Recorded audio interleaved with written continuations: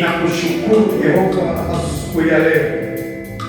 Asante kwa sababu ya ibada ya siku ya leo. Roho Mtakatifu wa Mungu, wewe uko pamoja nasi.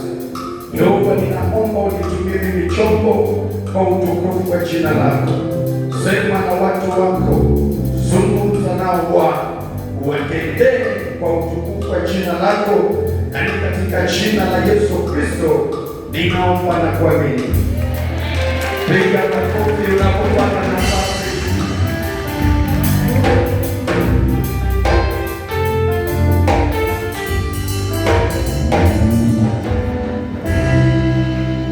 Haleluya. Bwana Yesu asifiwe. Ninashukuru Mungu asubuhi ya leo kwa umbali ametutoa. Barikiwe wewe ambaye umejalishwa na mvua. Piga makofi kwa sababu yako ilikuja hata mvua ikinyesha. Au kutaka kujua kuna manyunyu au kuna baridi, wewe ulikuja kwa ibada. Wacha Mungu akutendee mema. Nataka tujifunze neno la Mungu. Kichwa cha somo: maadui wa moto wa kiroho. The enemies of spiritual fire. Of spiritual power. Enemies of the spiritual power. Maadui wa moto wa kiroho. Enemies of the spiritual power. Kanisa la Mungu. Church of God. Vile tunavyozungumza hivi, najua hivi majuzi tumetoka katika maombi, bado moto inawaka ndani ya watu, lakini kunafika kiwango watu kushushika kiwango cha moto ya kiroho ndani mwao. Utapata imeshuka kiwango cha chini sana, na ndio maana utapata kwamba hata ushirika hawataenda. Najua kwa saizi wanaenda, kwa saizi wanapatikana power house, kwa saizi wanapatikana kanisani mapema, maana moto bado inawaka. Lakini moto ikishuka, utapata unaingia kwa ibada saa 5. Maombi ya Tuesday na Wednesday hakuna. Maombi ya Friday hakuna. Sasa kuna maadui ambao wanashambulia moto wa kiroho kwa maisha ya Mkristo. Ukisoma maandiko, kitabu cha Walawi mlango wa 6, Mungu aliamuru akasema kwamba moto isiwake. Leviticus 6:12 and 13. Mungu aliamuru na ikawa sheria kwamba Mlawi awashe moto, na hiyo moto isiwahi zima.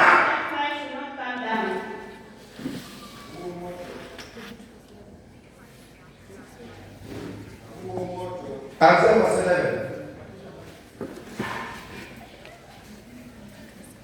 Microphone.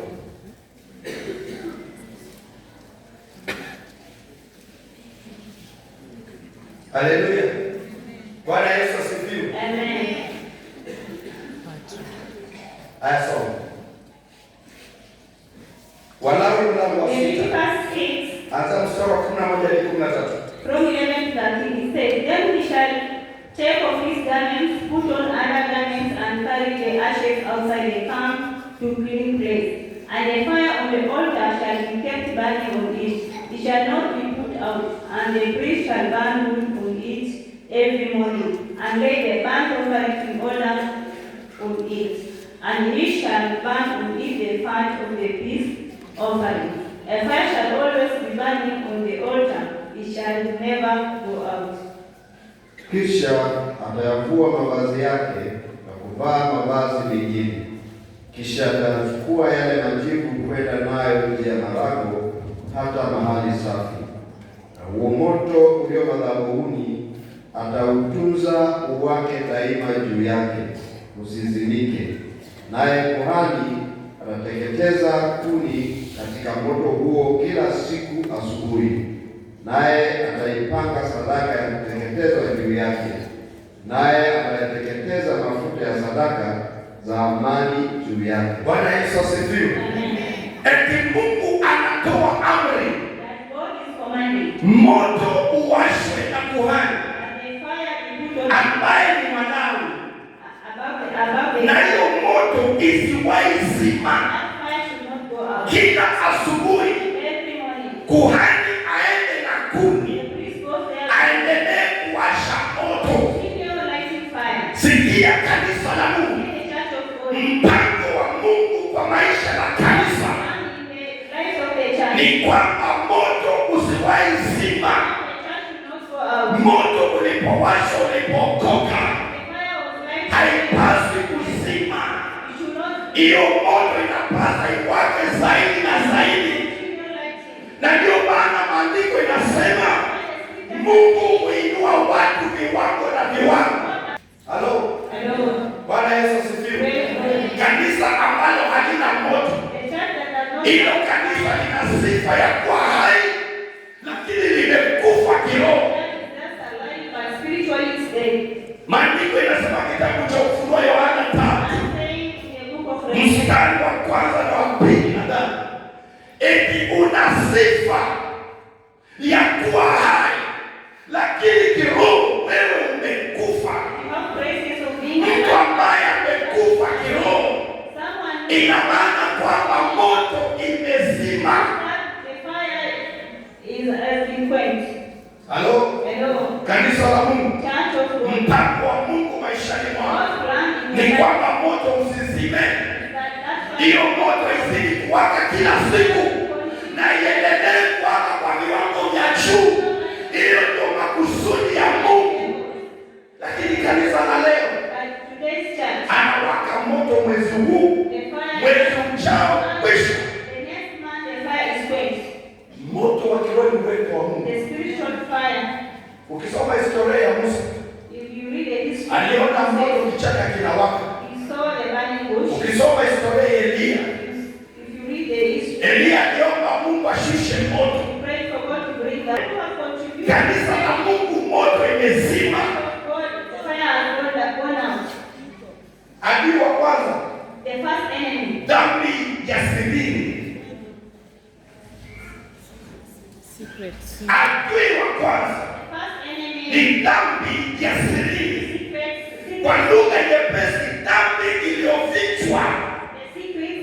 Kuna mambo wewe unayatenda, hata mke wako hayajui, hata mume wako hayajui, wachungaji hawajajua, lakini yako ndani mwako, tena na kuhukumu kila siku.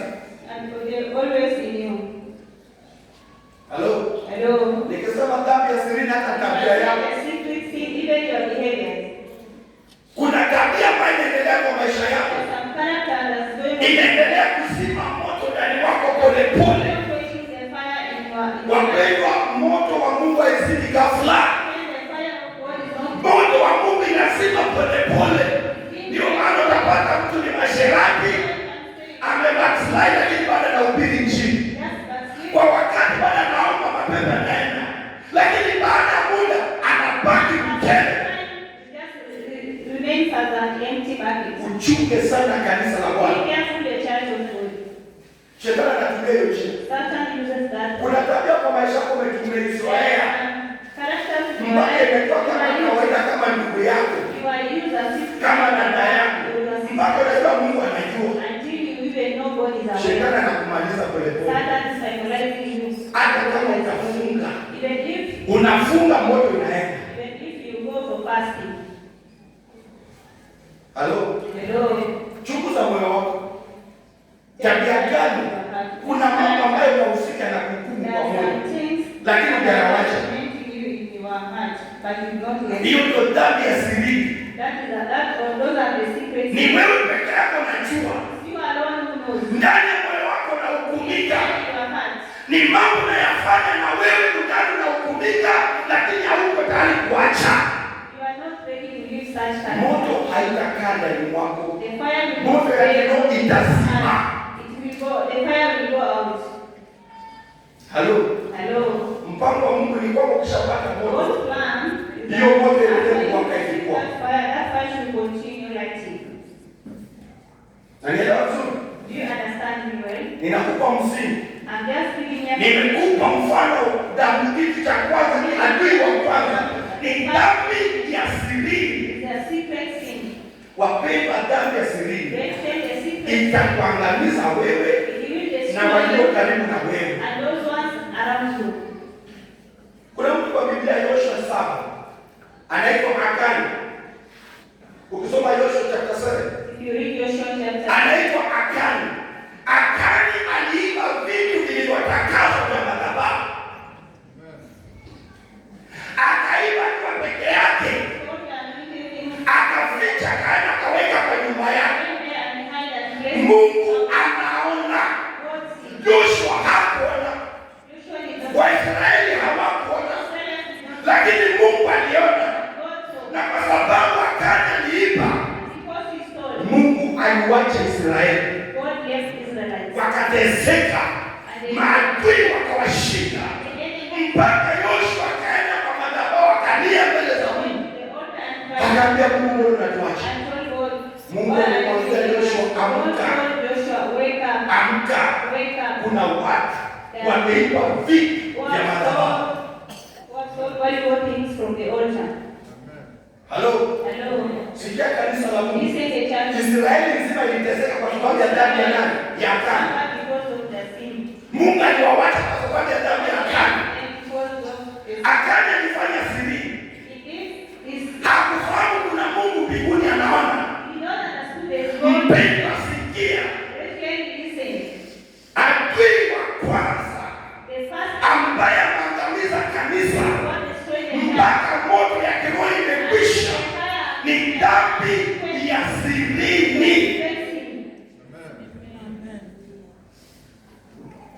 Wewe unaomba sana, si ndio? Ulipokuwa kasi unaomba masaa. Leo unaomba masaa. Inafika dakika kama kweli. Wacha Mungu hapa hapa kiomba. Ana baba omba kwa jina la Yesu. Unaona vile. Na watu wanaomba nini? Haya. Kisa na maana moto ishi.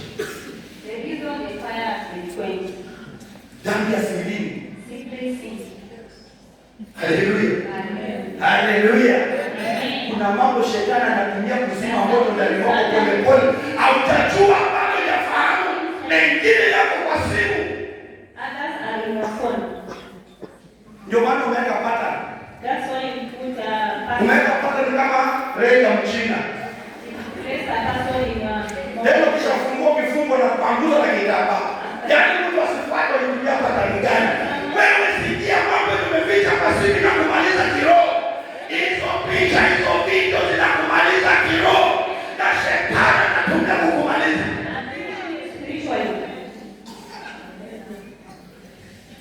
Halo. Dhambi ya siri. Kuna tabia ambayo unaifanya wewe mwenyewe. Mpaka unashinda nitafanyaje? Hiyo tabia inakunyonya pole pole. Sikia mpendo. Moto wa Roho Mtakatifu haiwachi mtu ghafla. Inaenda pole pole. Kuna mtumishi alikuwa hapa. Alikuwa mtumishi mzuri sana. Alikuwa akionyesha pepo kidole pepo inaanguka. Lakini alipotoka kwa njia zake, akaenda kwingine. Akaendelea kuhubiri Injili. Tena naombea watu. Pepo wanaanguka. Mpaka kanisa kasema, hata tunafungua powerhouse. We are opening another powerhouse. We have a powerful preacher from powers. Hawakujua kilichomtoa hapa. Alificha hiyo siri. Akaendelea. Jamaa anatumika na Mungu wako naye. Siku moja pepo alikuja kwa umati ya watu. Hata mimi nilikuwa shahidi. Mstari alianguka, mapepo yaweka wameweka ruhani ya kwa Uganda. Wakasema pasta kuja maliza, akasema I'm ready. Alikuja akanyosha kidole akasema pepo linakuwa kutoka. Watu wanaangalia. Pepo akasema ndugu yangu wewe unanifukuza. Akasema mimi sio ndugu yako toka. Pepo akasema jalo lilala wapi? Jalo lilala wapi? Shati yako iko wapi? Koti yako iko wapi? Mimi nilishakushika kitano, wewe ndugu yangu. Watu wote alafu pepo ile ikaanza wanadamu. Na melala chini. Anakuja mguini. Jamani haipika. Hiyo ndio siku ilikuwa mwisho.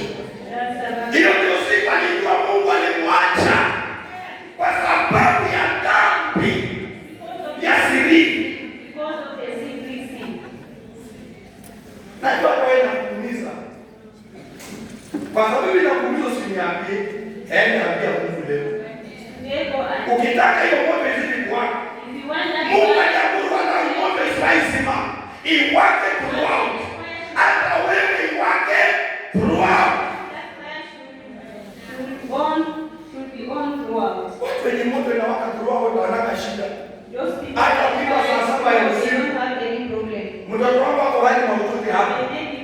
Hana shida kasema leo. Lakini kwenye anadamu ya siri. Ipate dakika 10. Anaenda kuinama kwa kona. Mungu anajua tabia yako. Na tubu unisamehe. Futa yote iko kwa moyo wako. Ndio kuje. Na kama imekulemea kabisa unasikia, let me buy airtime. 300 minutes free offer. Anapiga simu. Hello. Mwalimu, minutes ziko za kutosha. Omba pepo iko hapo. Na yeye anashikilia pepo. Anashikilia simu. Na kwa sababu pepo anapenda sana hata wewe una mapepo wewe. Anaachia mwingine aendelee. Haikugani upepo. Si uwache utabia. Sema kuanzia leo. Ninawacha damu ya siri. Yesu nisamehe. Washa moto ndani mwangu. Washa moto ndani mwangu. Tunaenda kwa haraka sana. Samsoni. Mfano ya pili. Samsoni. Yeye alikuwa mnadhiri wa Mungu. Tena roho wa Mungu alikaa ndani ya Samsoni. Maandiko yanasema Samsoni ameua watu maelfu. Hata kwa mfupa. Maana roho wa Mungu alikuwa ndani mwake. Lakini siku Samsoni alilala kwa paja ya Delila. Maandiko yanasema hivi. Bwana kitabu cha Waamuzi.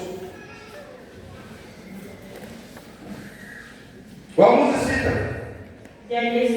Soma mstari wa 20. Judges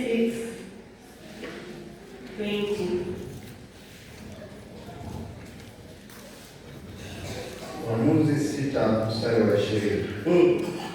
Naye malaika wa Mungu akamwambia, twae nyama na mikate isiyotiwa chachu. Kitabu cha Waamuzi 16 verse 20.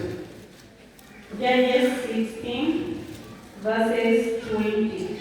It says, and she said, the Philistines are upon you. Samson saw the awoke from his sleep and said, I will go out as before at other times, and I shake myself free. But he did not know that the Lord had departed from him. Anza verse 19 Kiswahili. Naye akamlaza usingizi magotini pake, kisha akamwita mtu, akavinyoa vile vishungi 7 vya nywele za kichwa chake. Akaanza kumsumbua, nguvu zake zikamtoka. Kisha akasema, Samsoni, Wafilisti wanakujia. Kaamka katika usingizi wake akasema, nitakwenda nje kama siku nyingine na kujinyosha. Lakini hakujua ya kuwa Bwana amemwacha. Bwana Yesu asifiwe. Samsoni alijua kawaida kila siku akaamka jitingize na angushe maadui chini. Siku hiyo alinyolewa mishipi zote saba. Samsoni akadai it is normal. Wakati alikuwa analala kwa mbali, yule mwanamke anajua starehe tu, alinyolewa pole pole. Maandiko yanasema bila kumwambia amka, hadi wamefika. Samsoni akasema it is normal.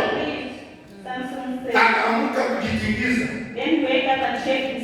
Anajikuta ana Roho wa Mungu alimwacha kitambo. Sikia kanisa la Mungu. Dhambi ya siri imeua watu wengi kanisani. Kwa mpenzi wengi walianza kwa moto, lakini leo hakuna kitu, wamebaki mikebe. Kulikuwa na mazoea ya kufunga kila wiki, bado unafunga kila wiki. Ulikuwa na mazoea ya kusoma neno la Mungu kila siku, bado unasoma neno la Mungu kila siku. Ulikuwa na mazoea ya kuja kwa ibada asubuhi na mapema, bado unakuja asubuhi na mapema. Kisa na maana moto. Moto inaelekea kuzima. Sasa hapa bado moto inawaka vizuri. Mchuzi tumetoka sio? 40 days moto ilikuwa waka bado naona tu kwa hewa. Yaani kila mtu akishika maombi ameinama. Ngoja. Samsoni alidalili kawaida kila siku roho Mungu ako na yeye. Mungu alimwacha baada ya kuwa na dhambi za kwake. Sikia kanisa la Mungu. Tunza hiyo moto. Take care of that fire. Tunza hiyo moto. Take care of that fire. Uliopokea wakati uliokoka. Tunza hiyo moto. Asha moto kila siku. Salvation. Continue lighting on your fire. Hello. Hello. Washa hiyo moto. Continue lighting the fire. Ukitaka kuwa chombo If you want to be a vessel. cha kuzalisha kwa hekalu la Mungu. If you want to be a vessel. Hakikisha unawasha moto kila siku. Unawasha moto kwa njia gani? Nisome neno la Mungu na utafakari. Read the word of God and meditate. Chukua nafasi ya kutafuta uso wa Bwana. Take time to look the face of God. Na kama umekosa, unahukumika ndani ya moyo, toba mbele za Mungu. Sanctify yourself before God. Hello? Hello. Kama unahukumika, kuna tabia ambayo iko ndani yako inakuhukumu. There's some characters in you. Piga magoti mbele za Bwana. Mwambie Bwana unisamehe. Usirudie. Ask God for forgiveness. I should not repeat that. Mithali 13. Proverbs 13. 28. No, 28:13, sorry. Proverbs 28:13. Inasema nini? Proverbs 28:13 says, "He who covers his sins will not prosper, but whoever confesses and forsakes them will have mercy." Afichaye dhambi zake hatafanikiwa, bali yeye aziungamaye na kuziacha atapata rehema. Amen. Bwana Yesu asifiwe. Amen. Afichaye dhambi zake Who covers his sins hatafanikiwa, will not prosper, bali yule aziungamaye that one confesses na kuziacha and forsakes atapata rehema za Mungu. will have mercy. Wacha kuficha dhambi. Daudi alifahamu siri. David understood this. Ukisoma Samueli wa pili nadhani mlango wa 12 hapo. Nathan alipokuja kumpatia Daudi mfano kwa mafumbo, Daudi alipopata habari akaambiwa wewe, alimwambia ndio kuna tajiri na maskini. Maskini alikuwa na ng'ombe yake akondokake kama. Naye tajiri alikuwa na wengi. And the rich had many cattle. Daudi aliwaka moto, akamwambia Nathan, huyo tajiri anafaa afungwe. That rich Hata wao. even Kwa nini ananyang'anya maskini kono moja na yeye kuna zingine nyingi. Na nikakwambia ni wewe. Una wake wengi. Tena Mungu kuomba kukuongezea. Mbona unaenda kunyang'anya wao? Why going and snatch again from the door? Tena ukamuua. Daudi hakulalamika, Daudi hakupinga. Alisema Bwana ameniona. Na akaenda kwa makoti kifudifudi kulia mbele za Mungu. Mungu amhurumie. Kanisa la leo tumekauka kwa sababu damu ya siri tumeificha, imekuwa kama dada zetu, imekuwa kama ndugu zetu. Wewe unajua damu ya siri ambayo inakusumbua. Kama ni mipango ya kando wewe jipange. Siku moja atakupanga. Hakuna kitu kitafichika. Hakuna. Siku 40 ya maji ni yote kuteleza. Unanipata vizuri? 40 ya maji miti zote. Hata wewe vitafika kuteleza hiyo. Unasema mimi usingoje hiyo wakati sana. Tunataka sisi sote moto iwake ndani mwetu. Tunataka sote moto iwake ndani mwetu. Popote tulipo moto iendelee kufikia wengine. Watoto wapone, majirani waokoke, wafanyikazi wenzetu waokoke. Moto ikiwaka. Utahubiria watu wokovu na moto ishazima kwako.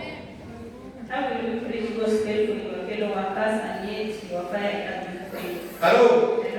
Utahubiria watu. Utawaje roho za watu na wewe moto ishazima. Wanasema wewe mchana.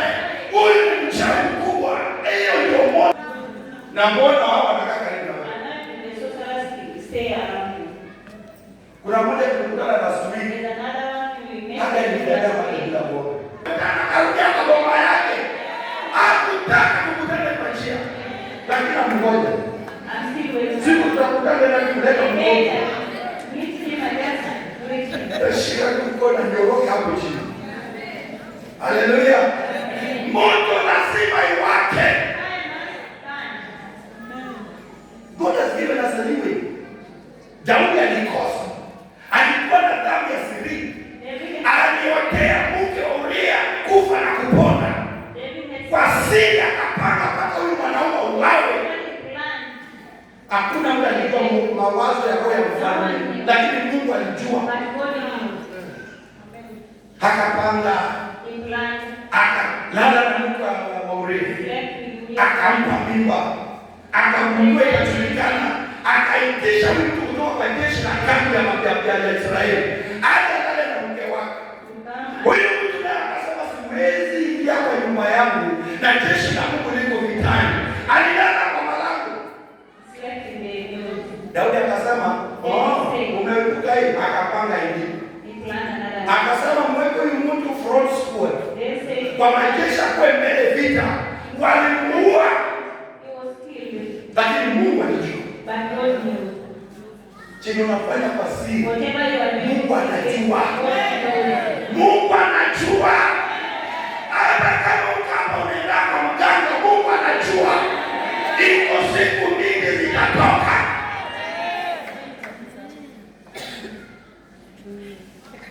Damu ya siri. Unaenda kutafuta msaada kwa waganga usiku. Dhabihu yako bebi hapa Kenya. Unatuma pesa Uganda. Wananunulia kuku kwenda kwa mganga. Siku inakuja. Toka huko. Bwana Yesu asifiwe. Toka huko. Hiyo kitu ambacho nakifanya kinakumaliza kidogo. Ndio maana siku zote wewe umebaki mkebe. Mtoto akizaliwa anakula vyakula vyepesi mpaka komae, si ndio? Wewe umekoma? Kiroho umekoma? Spiritually are you mature? Tangu uko na miaka ngapi? Since you see salvation, how many years are you now? Umeombea kwa mtu mmoja? Have you ever had a Umeombea mtu yote wokovu? Have you ever prayed for anyone to see salvation? Hiyo ndio mtihani rahisi na kupatia. Tangia ukoke miaka 10. Kuna nafsi moja unaombelea wokovu. Is there any soul that you preach that he has received salvation? Even a single soul? Watu ambao moto na waka ndani mwao sio lazima uhubiri. Matendo yao yanafanya kama uhubiri. Not a must they have to preach. Their actions speak. Jana tulipata hapa mgeni kutoka Kisii. All the way from Kisii. Amekuja hapa. Amepewa ushuhuda akiwa Nairobi. Huyu msichana amekaa miaka ngapi kwa ndoa? Miaka 4. Hajapata bado mtoto. Anakuconceive. Na ameenda hospitali. Ameenda mpaka kwa waombaji. Alipofika Nairobi alikutana na mama mmoja. Akamwambia atakwambia Nairobi. Kimbia wapi? Enda kusikia. Tafuta kanisa inaitwa hivi. Enda hapo. Watakusaidia. Nini nilivuta msana kutoka Kisii mpaka hapo? Moto. Piga makofi kwa sababu ya moto ambayo Kristo ataachilia kwa madhabahu yake. Moto ilikuwa huko. Akakuja. Alafu wewe mwenye umekaa karibu na moto bado yako imezima. Leo washa. Leo washa na usifai zima. Huyu msichana alipokuja 24. Anaambia dondo, I'm going to every hospital. Nimeenda hospitali hatari. Wamefanya kila kitu, I'm okay. Mume wake pia ni msomi, ameenda amepima, I'm okay. Sasa I don't know what is happening to me. Nisaidie. Haikuchukua dakika. Moto iliweke nje. Hakuna siku pepa atakama ni moto. Lazima nilegeshe. Na wewe umekaa hapa na moto. Na yako inawaka. Ndio maana usiku watu wanapoona unua kwa kidogo. Waka wanataka sana hiyo maombi.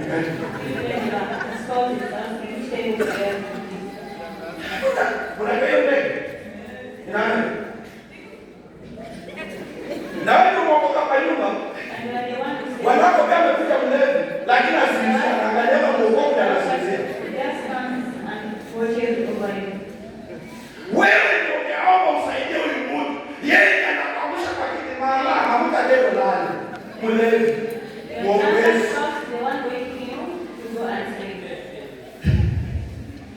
Bora unaje nisema mlevi mume wako amekaa kula na wewe. Muombezi katika Yesu. Amekula wakati wa Mungu amelalia kwa kiti. Ndio. Mlevi ndio umeisha amshe muombezi. Amupe ndo nani? Iko sikuta kuhubiria wewe. Iko.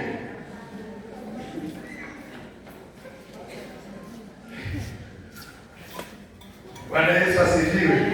Moto. Maadui wa moto ya kiroho. Dhambi ya sirini. Hii kitu kinakula watu. Wameficha ndani ya moyo. Hawasemi. Inawahukumu kila siku. Lakini inakukula. Mbona usiende mbele za Mungu mwambie Bwana, leo nafungua moyo wangu mbele zako. Hii ndio tabia inanimaliza. Ninatubu, nisamehe.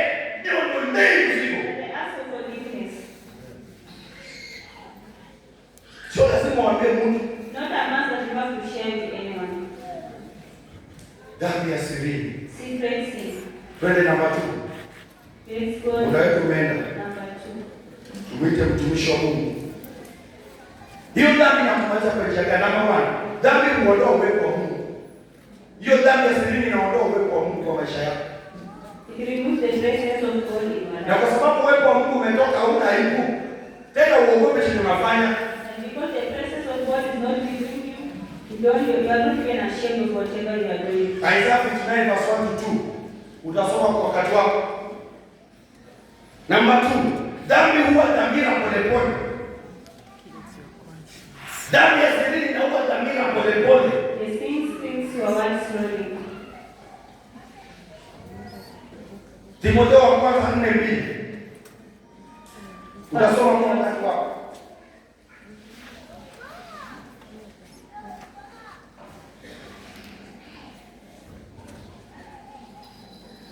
Adui wa pili. The second enemy. Adui wa moto ya kiroho. The second enemy of the spiritual power. Uvivu wa kiroho. Andika. Uvivu wa kiroho. Timotheo wa kwanza 4:2. Unafiki wa watu wasemao uongo, wakichoma moto dhamiri zao wenyewe. Rudia. Unafiki watu wasemao uongo, wakichomwa moto dhamiri zao wenyewe. Wanafiki, hypocrites. Si ndio? Hao ndio wenyewe dhambi. Hapa kanisani anaweka worship ya ajabu. Kama ni mwimbaji anaimba mpaka anapiga magoti. Lakini wewe mashariki umetoa macho hivi. By the Spirit is still there. Wanafiki. Akisalimia Bwana asifiwe. Unaendelea katika Yesu. Moto inawaka bado. Lakini amebeba miungu ya nyanya yake. Baada ameficha nyumbani. Akikushauri mambo ya Bwana kuambia lakini kivi yako Mungu akakupata mbele. Haki wewe unajisaidie Mungu atakusaidia huko mbele. Alafu anakuambia Yordani. Ukiona rafiki kama wachana na yeye. Wachana na yeye. Hata kama alikuwa kuletea uhuru wa kimejaa. Wacha kanya uhuru wewe tafuta Kristo. Mungu atakupatia rafiki mwingine. God will give you another friend. Hello. Hello. Wanafiki. Yesu alisema wanafiki ni kama jeneza la rangi ya white. Wamepaka nje white, lakini ndani mizoga inanuka. Ukiona kuendelea ndio unasema nenda kwa Yesu. Ukiona ndugu ni mtenda shati, yaani unashangaa nenda kwa Yesu. Moja, tafuta mambo yako utashangaa. Just check on these actions. Mnafiki mkubwa. Dhambi ya siri. Naomba Roho wa Mungu leo chokoze kabisa. Roho Mungu akukosesha amani leo. Mpaka vitu unavyofanya mwenyewe utoe toba.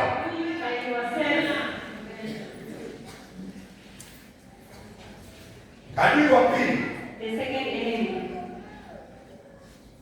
Adui wa pili ambaye amemaliza watu wengi. Kiburi. Kiburi. Watu wengi wamekauka kwa sababu ya kiburi. Many people are dry because of pride. Wapendwa sikia. Listen. Mungu akikupa neema ya kutumika, sio kwamba wewe kwa kushinda watu wote. Mungu akikupa neema kunena kwa dini, sio kwamba umeshinda watu wote. Kiburi kisikuingie. Fanya kazi kwa unyenyekevu. Mungu atakuinua zaidi. Kiburi kimemaliza kanisa la Mungu. Moto imekwisha. Kama ni waombezi wenye kiburi hapo tunarekebisha nasema you are not of my level. How do you rectify me? You are not of my level. Baka hapa pia. Hapa kuna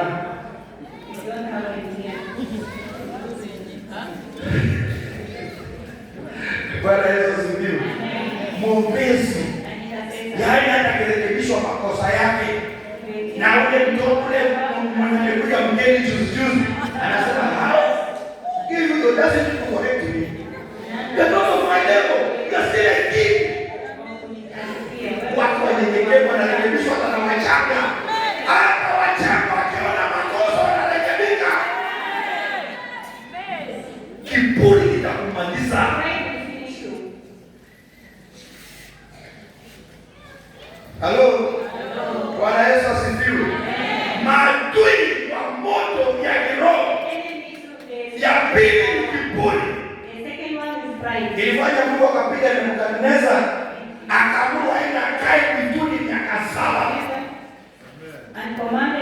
go and stay there for 7 years. Na wanyama mfalme kwa sababu ya kiburi na majivuno.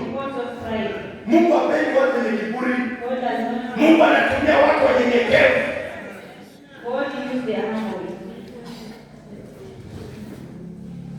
Soma nani la neno.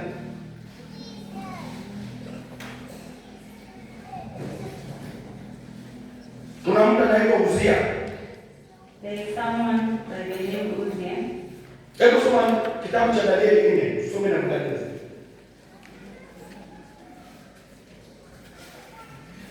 Danieli 4:33.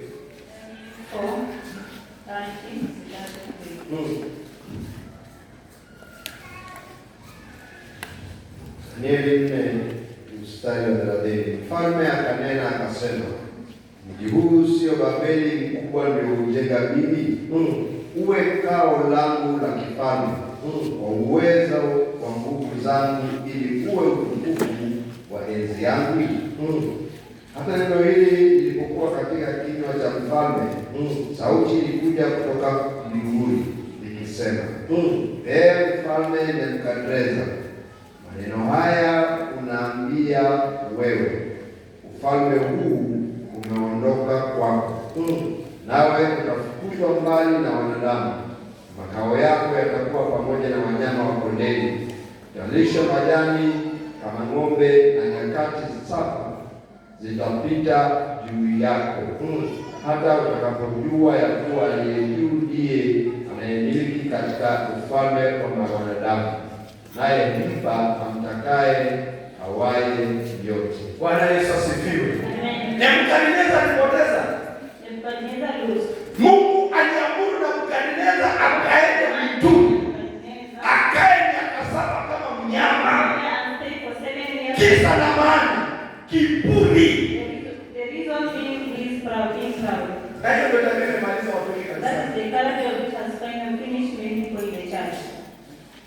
Unaanza kubishana na aliyekuwekea mkono, kuhani wa madhabahu. Yeye alikuwekea mkono. Leo Mungu anakutumia, umebadilisha mkono kwamba wewe ni watu wako cha juu. Sikia kanisa la Mungu, Mungu anainua watu wanyenyekevu. Na ndio maana Mungu alipenda Musa. Musa alikuwa mgumizi. Hata Mungu alipomwita, aliambia Mungu nikasemaje? Amwone kule wale ta. I am a stammerer. Alisema mimi sio msemaji mzuri. Mimi ni mgumizi, tazungumzaje mbele ya watu? Mungu anakuambia wewe ndio nimechagua. Ndugu yako atasema kwa nyama yako, lakini wewe ndio utasema na wewe. Kisa zamani mpole, wenye kiburi kama kina Miriam walipigwa na ukoma. Kiburi. Miriam aliambia nani Mungu amuonaje Musa? Anazungumza na Musa pekee kama nani?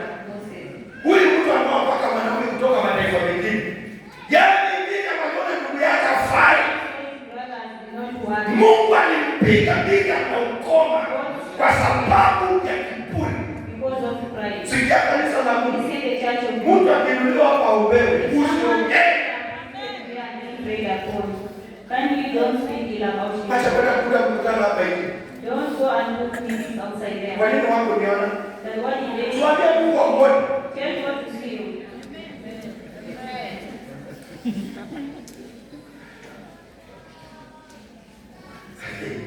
Bwana Yesu asifiwe.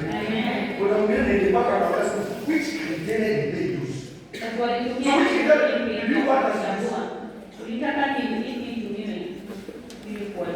Mungu amesema na mtumishi. Amemwambia enda weke mkono. Kama inakuumiza enda ambia Mungu hata mimi huyu. Sema na yeye. Bure. Kiburi kitakumaliza. Ilifanya vile makapigwa na ukoma. Haruni Mungu alisema kama mtapata neema, nitasema na nyinyi kwa ndoto, lakini sio macho kwa macho. Kisa na maana unyenyekevu. Tunza. Take care. Halo. Tunza ile moto uliyopokea. Take care of the fire. Tunza kile ulichopokea ulipookoka. Salvation. Ili nawe pia uwe msaada kwa wengine. Beneficial for other people. Hatui wa pili. The second Kiburi. Pride. Kiburi ilifanya Mungu akaacha Uzia. Uzia Mungu alimchagua kwa mchanga, lakini Mungu alimwacha kwa sababu ya kiburi. Yes, Uzia because of pride.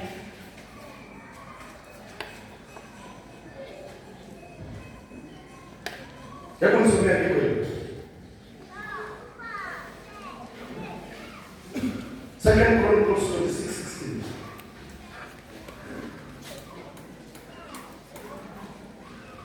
Second Chronicles 26:16. Anza 15 to 16. Nisome.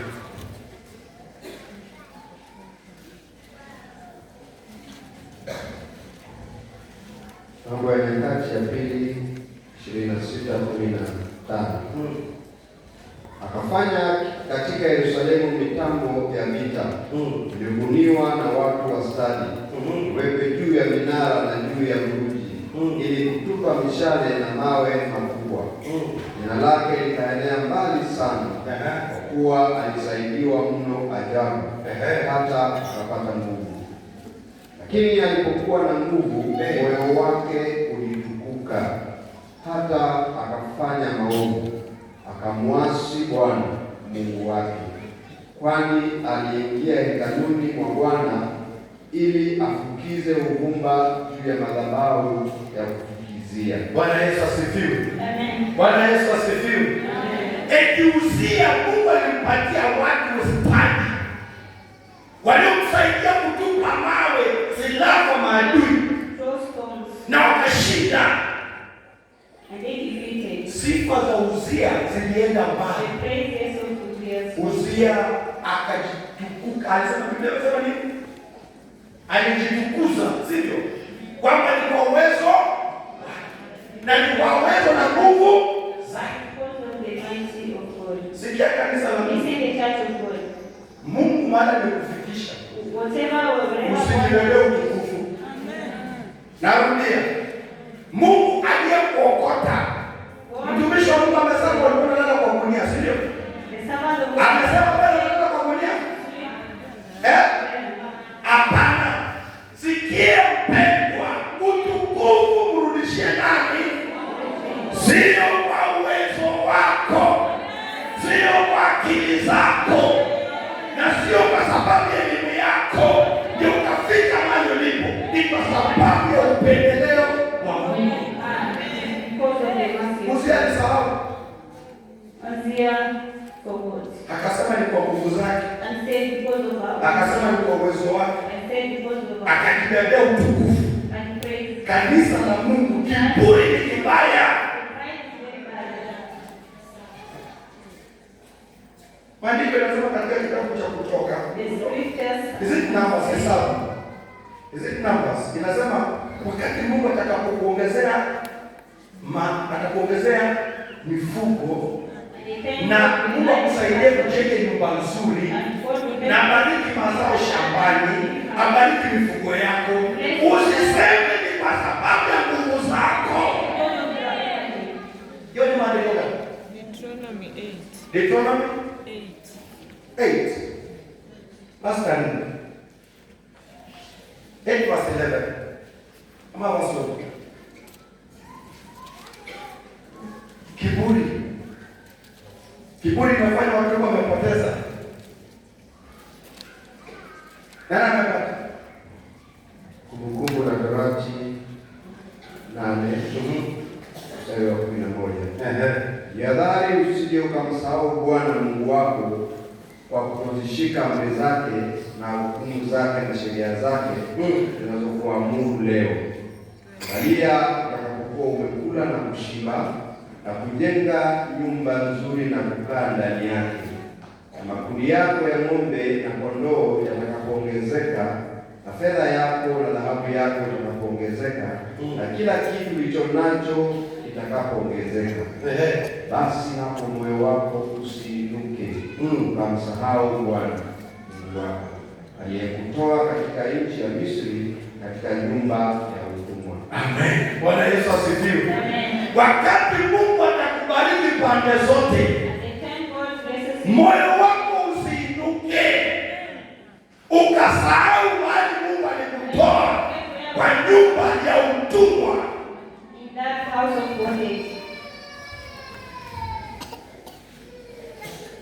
Bwana Yesu asifiwe. Wakati kabla hujaanza biashara ulikuja mapema. Tulikuja kwa ibada mapema. Wakati kabla hujaanza biashara ya noga, tulikuja mapema. Siku hizi Jumapili mpaka ufungue. Saa 3, saa 4, saa 5 ukuje. Wakati ulikuwa ungekuja mapema. Wapendwa, ile moto isishuke, upendo wako kwa Mungu isitoke. Penda Mungu vile ulikuwa unampenda. Iwe ama ikose, penda Mungu vile ulikuwa.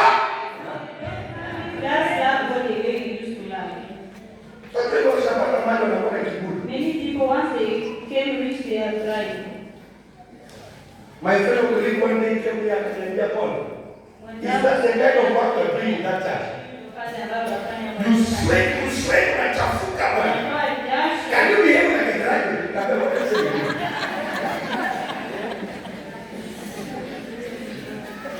Hiyo nilikuwa mwisho. Niliwachana na yeye. Tangu siku. Wako na wanadamu na gani? Can you behave like a high school teacher? What is a high school teacher? What is it? Hiyo ni nini mbele za Mungu? Hiyo ni vitu Mungu amekuongezea tu. Lakini amekupatia kipawa izalishe matunda. Niliwachana naye tangu siku. Niliwahi kuacha kusi. Kaambia wewe kama ndio umekuja kuja usikuje kau. Unataka kunishusha? Mimi nilitoka jasho na mimi. Ni jasho yangu. Ni nguo yangu. Tena Mungu ndiye amenipa kipawa. Wewe barikiwa na umeni. Mimi sasa kuzika yangu chini ya udongo. Siziki. Ukitaka zika yako. Yangu lazima nifanye kazi nikapeleka hadi mbele za Mungu. Nikamwambia nipa ya uinjilisti nilifanya. Na wewe yako? What about yours? Yako? What about yours? Ulikuwa mwimbaji mzuri. You used to be a good singer. Wakakukwaza tu kidogo, uliwacha, nimeacha kwaya yako. And they just committed you want to say, I will let them their choir. Well, kiburi kinamaliza waombezi wengi. Finished many intercessors. Waombezi wangekuwa mbali. The intercessors. Kanisa la Mungu lingekuwa mbali kiroho. Lakini kwa sababu ya kiburi na majivuno imewamaliza. Ambia Mungu nipatie roho ya unyenyekevu. Nipatie roho ya unyenyekevu na upole. Mungu akikubariki ambia Mungu tukufu kulewa. Sio kwa sababu ya akili zako, hata kama unaenda interview. Wakakuchagua peke yako, sio kwa sababu una akili sana. Ni neema ya Mungu ilikuwezesha. Sio kwamba you come from a prominent family, kutoni. Tumetoka kwa boma ile ya kifahari. Ni Mungu. Isababu. Ndio maana mwimbaji mmoja akasema sijui. That's why singer said. Imekuwaje? Si ndio? Akasema kama ni wanadamu kulichagua asingechaguliwa. Kama ni wanadamu ungekuwa kuchagua waimbaji singeipa. Lakini Mungu. Hata wewe umesahau. Hata wewe umesahau bali Mungu alikutoa.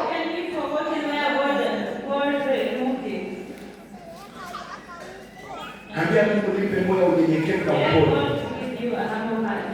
Nikutumikie. Amen. Namalizia tatu.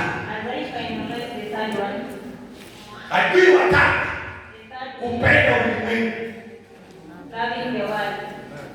Kupenda ulimwengu.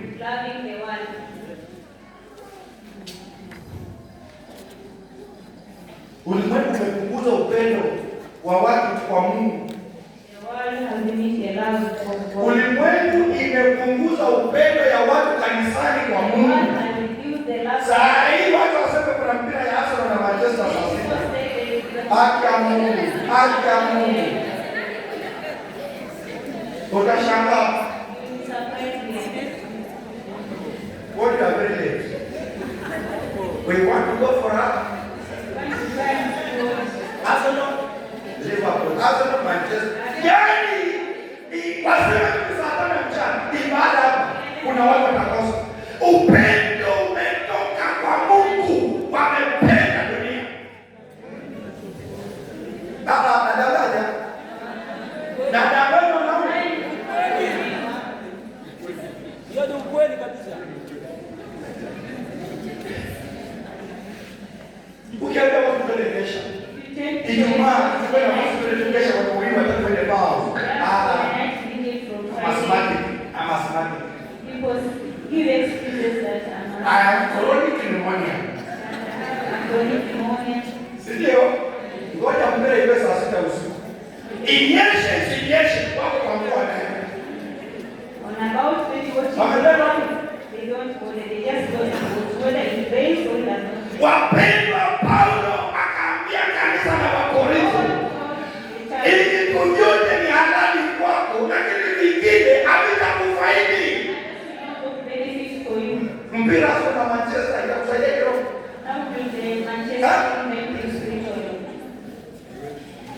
Itakusaidia kidogo. Pastor Msome. Is it 1 Corinthians chapter 10 verse 23? Angalia kama ni hapo. Kama sio first and second ataongea chapter 10 verse 23. Watu wamezama kwa mambo ya ulimwengu, wamesahau mambo ya Mungu. Na ndio maana moto inashuka. And that's why the fire is landing. Waambie tuweke maombi online saa 1, si ndio? Sivyo? Saa 1:30 mpaka saa 2:30 maombi ya online 1 hour. We want to create a group online prayers. 7:30 to 8:30 every day at Mungu. Ayana nishakuwa wapi? Na dada utaona Ayana and prayers. Soma basi. Wakorintho wa kwanza 10:20 tunasema vyote ni halali. Vitu vyote ni halali, bali si vitu vyote vifaavyo. Sio vitu vyote vifaavyo. Vitu vyote ni halali. Vitu vyote ni halali, bali si vitu vyote vijengavyo. Amen. Bwana Yesu asifiwe. Paulo anaambia kanisa la Wakorintho kwamba vitu vyote ni halali kwetu. Tuna haja kuvifanya. Si ndio? Tuna haja kwenda kuochi. Tuna haja kwenda kutembea huko, tuna haja. Lakini Paulo anasema kuna vingine katikati yao vinajengi.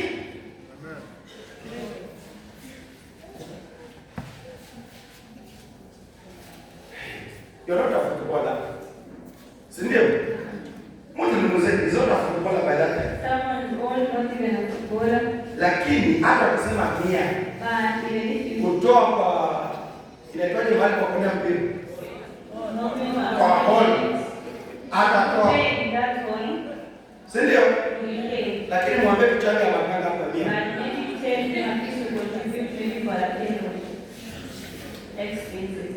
Na kuna mia And he ya kwenda kuochi mpira saa 9 na ya kutolea matanga ya onse. Utaona mwenye anapenda Mungu na mwenye anapenda.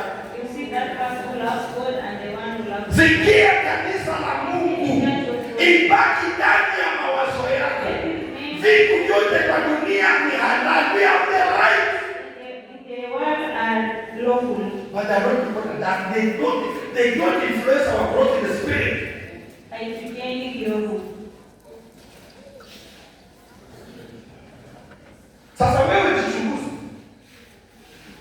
Kuna mambo kwa dunia hii unahusika ndani. Haikukuzi kiroho. Haikujengi, inakuua.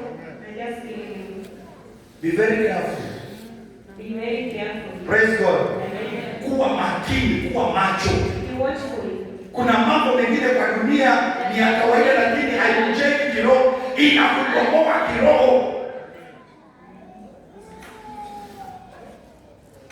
Sijihusishe kwa mambo ambayo yanakuza moto ndani mwako. Don't just engage yourself in activities that grow you spiritually. Ingia kwa mambo yanayokukuza kiroho. Engage on things that grow you spiritually.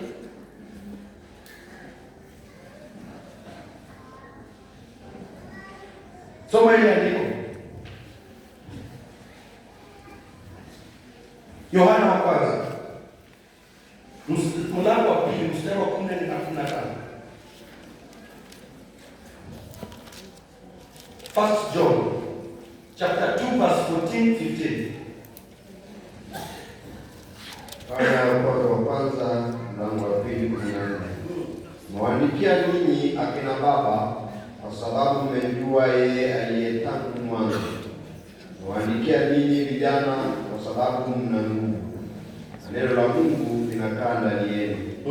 Nanyi mmeshinda yule mwovu.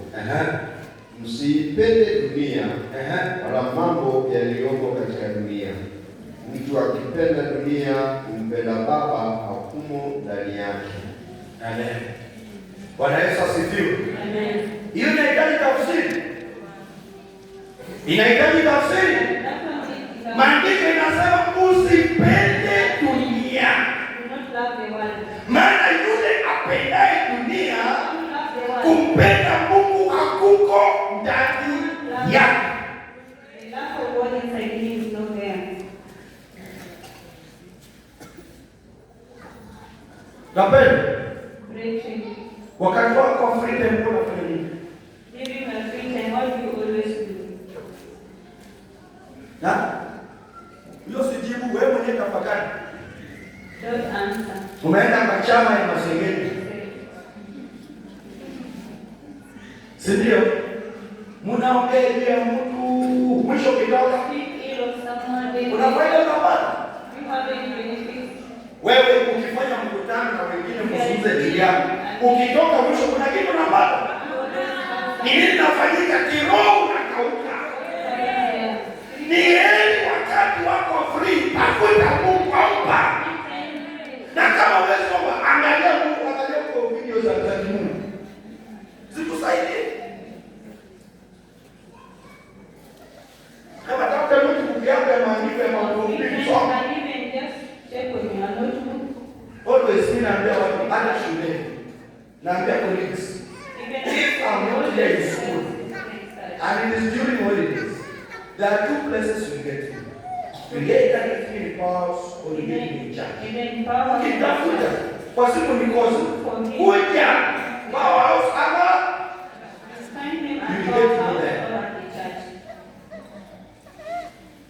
that is according to me. Na wewe